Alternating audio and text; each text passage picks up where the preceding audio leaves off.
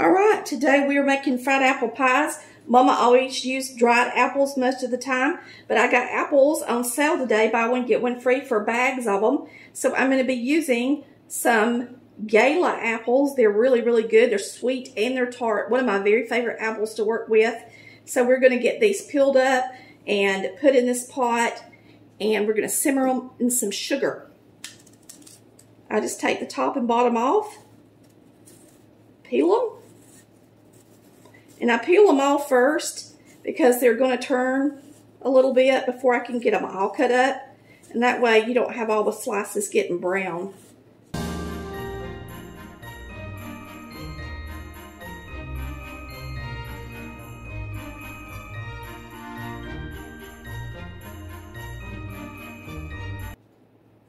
This apple is sweet and tart. It's a really good cooking apple. It holds its shape really well for pies.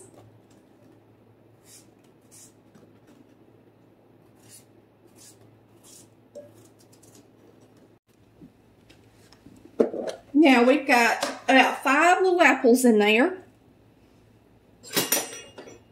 which is probably about, this is a half cup,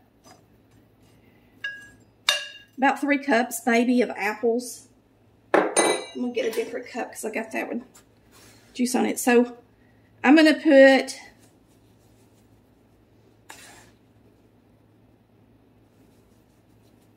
about 3/4 cups of sugar in there. We're going to turn it on.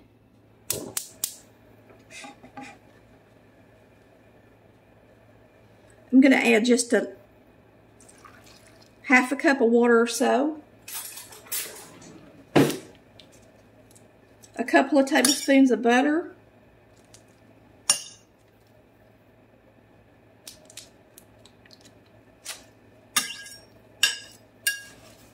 And we're going to simmer these. Now you can add cinnamon if you wish.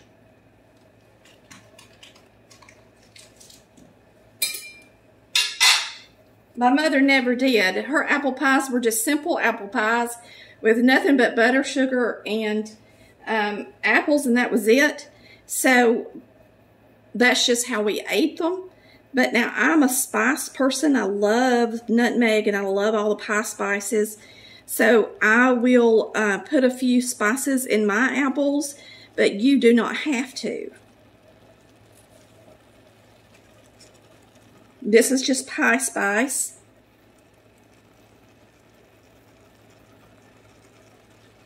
And I don't put a lot, just enough to give it a good flavor.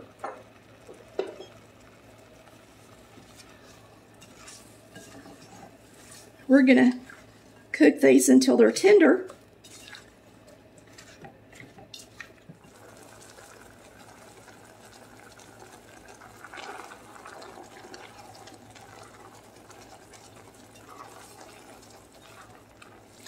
Alright, so the apples are starting to turn clear, and you still got a good bit of juice to get rid of because it's got to turn thick. So I'm going to turn it all the way up on high, and you got to watch it close because you don't want to burn them.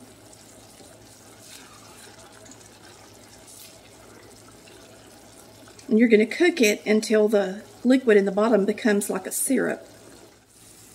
Alright, now you have mostly apple.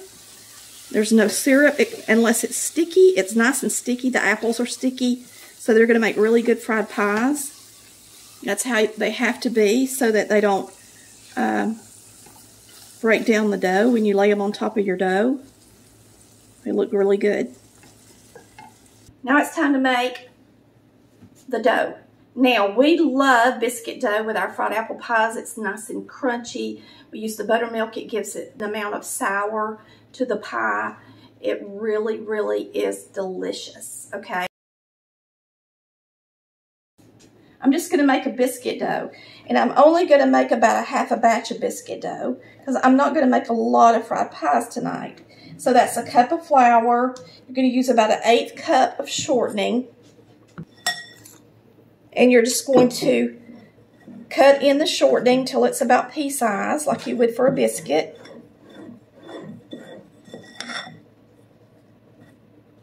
This is self-rising flour, so I don't have to add anything to it except the shortening and the buttermilk. It makes a really crunchy pie. And I've had people ask me, can you fry these in the oven? Of course you can, but I prefer them, of course, deep fried. All right, now we're going to add a little buttermilk to it.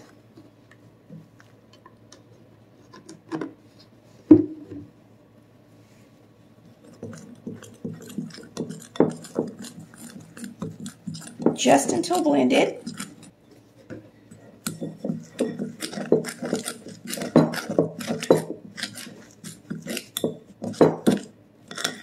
All right. Now you're going to get you a sifter. You're going to sift your surface. You're going to get your dough out on the surface.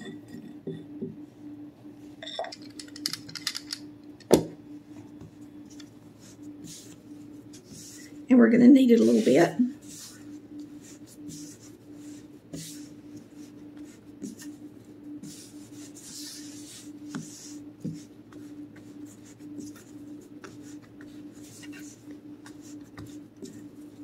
Okay. Don't think you got to, buy a special tool to make a fried pie. I've had several people send me these things that crimp the pie for you, and there's really no need in having a gadget to do that when you can just do it. I mean, the hardest part is making the dough and rolling it out, not crimping the pie edges.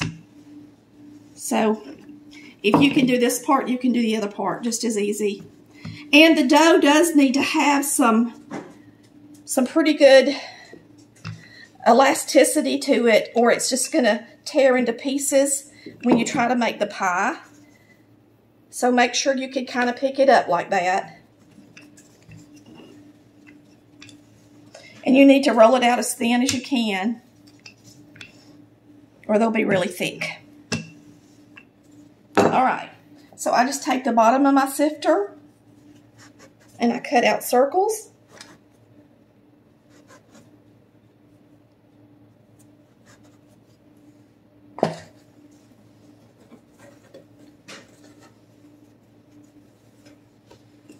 And at this point, we can go ahead and put some oil in the skillet and get it preheated so that we're not sitting around on it, waiting on it to get hot. I'm going to go ahead and turn it on high. I use oil and butter when I fry my pies. We're going to go ahead and put in about a 1/4 inch at least of oil. Probably about a 1/2 inch of oil. And then you're going to use a 1/2 stick of butter as well. Just go ahead and cut out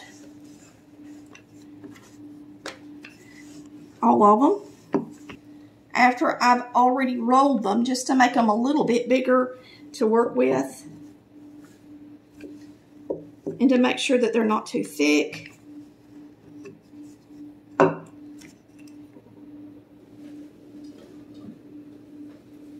And now we're going to put about 1/8 cup of apple in each one. I usually try to use something, and that way I don't have too much everywhere. That one's got too much. I'll take some off. If you get too much, they're not going to close good.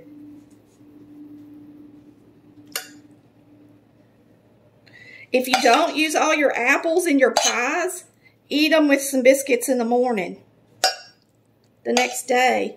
Or just fry up some the next day. You can always mix up some more biscuit dough. I have done that, like cook a bunch of apples at one time and then put them in the refrigerator. They'll stay in there good for several weeks. If you want to make, some for Thanksgiving and then turn around and make some for a party a few weeks later, you could do that. Sure can. All right. I got wet hands, and I'm just going to go around the edges of one side with my wet hands. Let me rub again. And then we're going to flip it over and crimp it. So you're just going to flip it over and use a fork and press it good.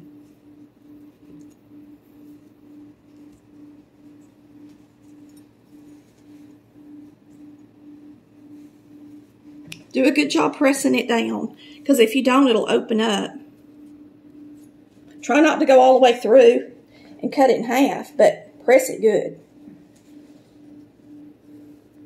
And this is the part that people want to buy something to do for them. And this is not hard to do. So if you can roll it out and make the pie, you can definitely do this part.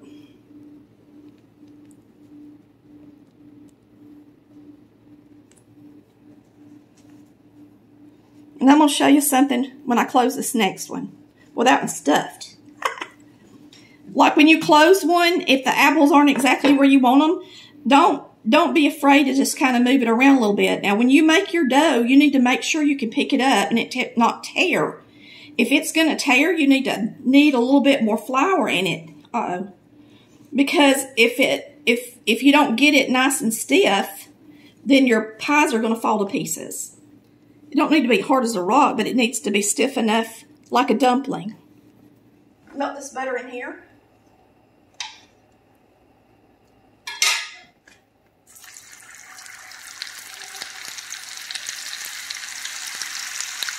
And as soon as that melts, we're going to drop some. I usually drop 3 at a time, this size.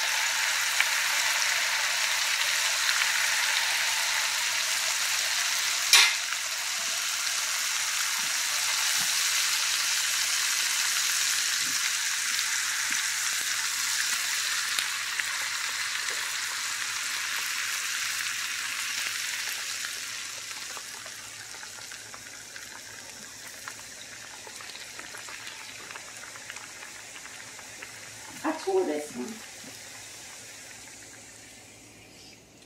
I brushed my hand over that one and tore it, and this one's got a little hole in it too. It's hard to make all of them look perfect. Even I can't do it. They're going to taste perfect. That's all that matters, right?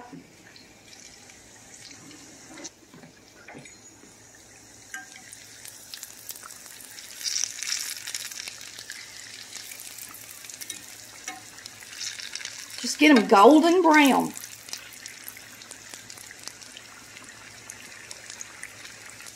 And you can kind of pick them up and look. You don't want them to get too brown. And you can turn your oil down a little bit once you start them if you need to, because you want your biscuit to get done. I think these are ready.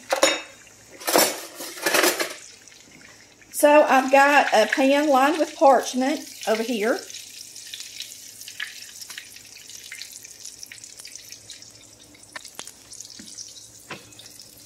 Flip them over on the pretty side. And they start browning pretty quick, so you can tell just the difference in me taking those out, that that's the brownest one because it was in there the longest. When I was growing up, my mama made these for the Collard Valley Homemakers Club. Did y'all have a Homemakers Club where you lived? All the women in the valley would get together and they would cook for fall festivals, and they would make quilts, and they would do crafts and community service, and they entered stuff in the county fairs and made a booth every year, and they just did a really nice job. Our Collard Valley Homemakers Club was a bunch of very talented women in the valley. But Mama made these every year for Fall Festival. And Nell Casey would make her potato candy. And she would bake her pool candy. And Mama would always make fudge. And they would have chili and different things like that. And it was just a lot of fun. All right, these are ready.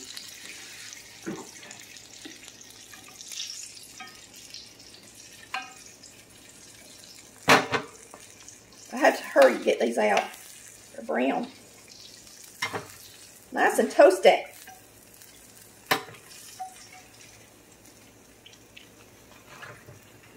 All right. Now, Mama never did it. Mama never did it, but I like to sprinkle mine with cinnamon sugar. I'm going to leave these unsprinkled on this side, but I'm going to sprinkle all of these that are really hot with cinnamon sugar because that's how I like them.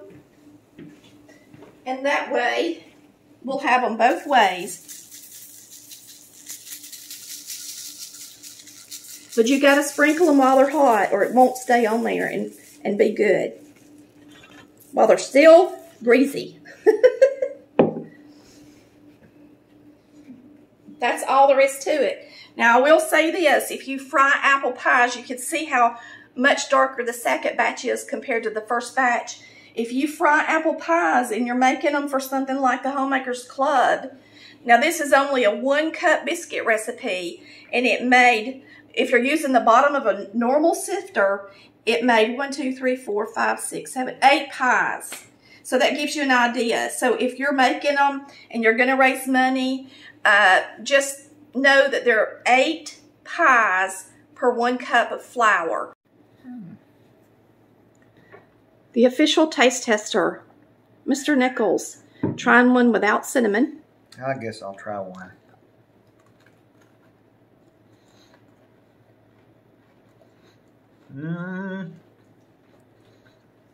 Men love fried pies. That's good.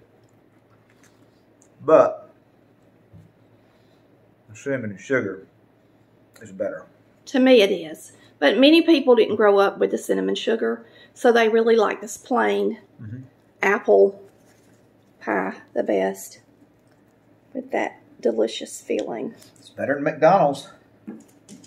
Here goes Tammy with her taste test. Oh, she gets to taste. I'm getting the sugar and cinnamon. Okay. Yeah, I got this message from a guy. He goes, you know what? I know you cook like Mama, but sometimes we do go just a step up above Mama. So if you improve something, sometimes you need to just shout it out.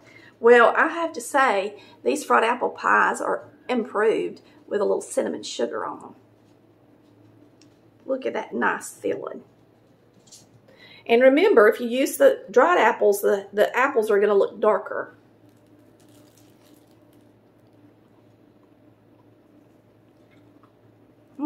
You can't get a better dessert, period. That's so good, ain't it? Mm-hmm. The best. It reminds me of being a kid when Mama would always make these in the fall for the festival. Yummy. Thanks for watching Colored Valley Cooks, where we cook like Mama did. Bye, y'all. Love ya.